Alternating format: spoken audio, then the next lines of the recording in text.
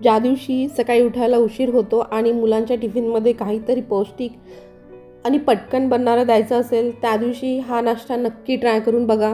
मी पालक घेतली आहे। जर तुमच्याकडे पालक नसेल तर टोमॅटो घ्या कट करून, किंवा नाही घेतला तरी चालेल, प्लेन।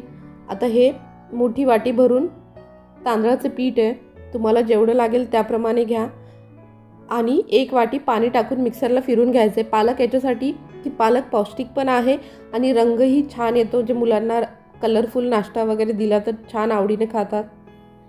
तुम्ही माझ्या चॅनलवरती नवीन असाल तर चॅनलला सबस्क्राईब करायला विसरू नका। हे पहा, या प्रकारे आपल्याला पातळसर असं पीठ तयार करून घ्यायचं आहे।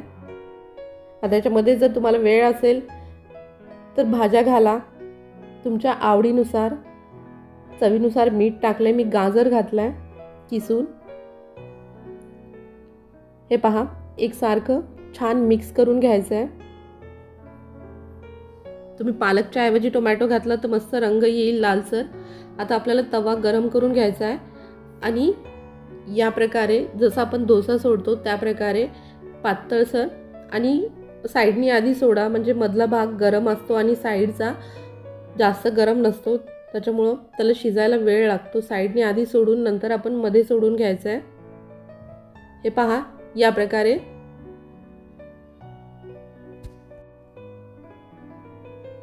आता राहिलेल्या जागेमध्ये आपण थोडं थोडं टाकून घेऊ। हा झटपट बनणारा पौष्टिक असा नाश्ता आहे। जर तुमच्याकडे तांदळाचे पीठ नसेल तर रात्री तांदूळ भिजू घाला आणि सकाळी मिक्सरला वाटून घ्या। वरतून मी थोडंसं तेल टाकलंय, 2 मिनिटं तव्यावर गरम होऊ द्या आणि हे पहा, मस्त जाळीदार असा नाश्ता रेडी झालेला आहे। आपले घावन रेडी झालेले आहेत। व्हिडिओ आवडल्यास लाईक करायला विसरू नका। थँक्यू।